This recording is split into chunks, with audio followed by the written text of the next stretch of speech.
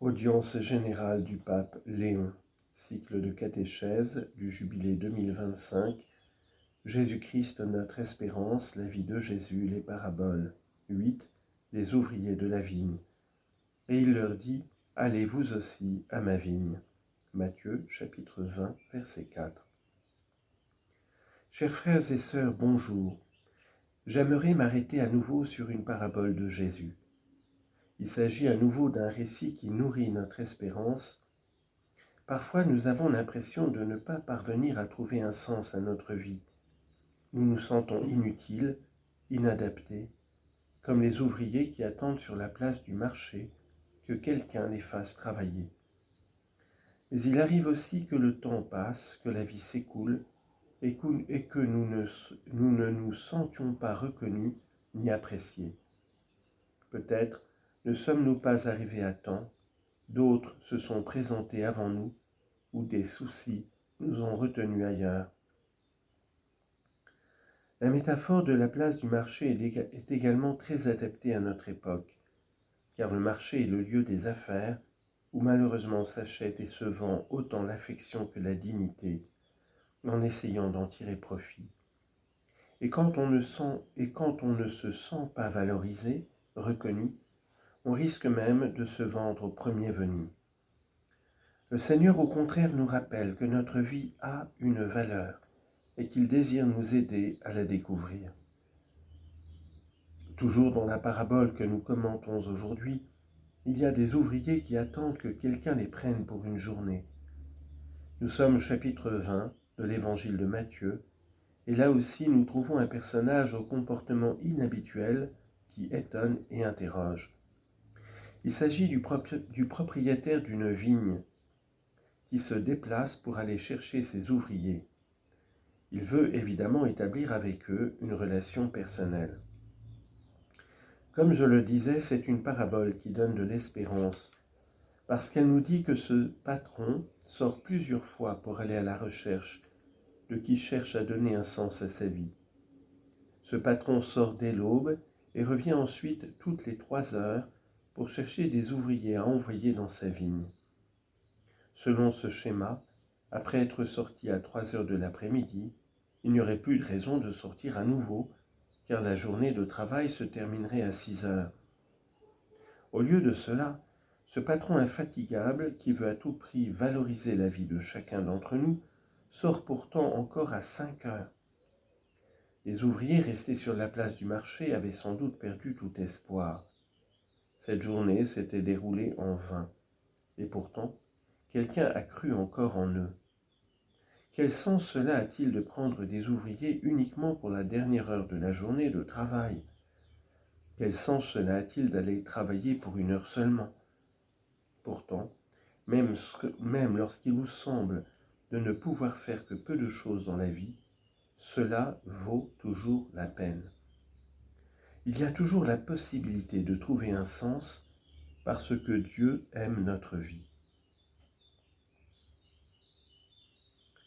Et l'originalité de ce patron se manifeste aussi à la fin de la journée, au moment de la paix. Avec les premiers ouvriers, ceux qui vont à la vigne dès l'aube, le maître s'était mis d'accord sur une somme d'argent qui était le coût typique d'une journée de travail. Aux autres, il dit qu'il leur donnera ce qui est juste. Et c'est précisément ici que la parabole vient nous interpeller. Qu'est-ce qui est juste ? Pour le propriétaire de la vigne, c'est-à-dire pour Dieu, il est juste que chacun ait le nécessaire pour vivre. Il a appelé les travailleurs personnellement, il connaît leur dignité et il veut les payer en fonction de celle-ci. Et il leur donne à tous de l'argent. Le récit dit que les ouvriers de la première heure sont déçus. Ils ne voient pas la beauté du geste du patron qui n'a pas été injuste, mais simplement généreux. Il n'a pas seulement considéré le mérite, mais aussi le besoin. Dieu veut donner à tous son royaume, c'est-à-dire une vie pleine, éternelle et heureuse. Et c'est ainsi que Jésus fait avec nous. Il ne fait pas de classement. À qui lui ouvre son cœur, il se donne tout entier.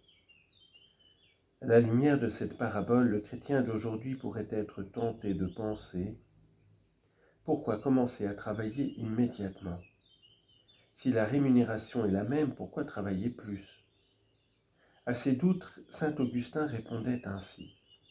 Pourquoi donc tardes-tu à suivre celui qui t'appelle, alors que tu es sûr de la rémunération, mais incertain du jour? Prends garde de ne pas te priver toi-même à force de repousser ce qu'il te donnera selon sa promesse. Fin de citation. Je voudrais dire surtout aux jeunes de ne pas attendre, mais de répondre avec enthousiasme au Seigneur qui nous appelle à travailler dans sa vigne.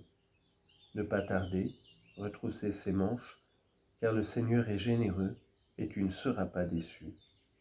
En travaillant dans sa vigne, tu trouveras une réponse à cette interrogation profonde que tu portes en toi. Quel est le sens de ma vie? Chers frères et sœurs, ne nous décourageons pas. Même dans les moments sombres de la vie, quand le temps passe sans nous donner les réponses que nous cherchons, demandons au Seigneur de sortir à nouveau et de nous rejoindre là où nous l'attendons. Le Seigneur est généreux et il viendra aussitôt.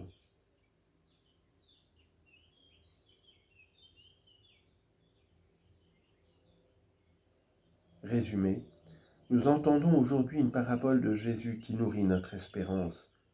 Il nous dit que notre vie a de la valeur, alors que dans notre monde, nous avons parfois l'impression de ne pas lui trouver de sens, de n'être ni reconnu ni apprécié.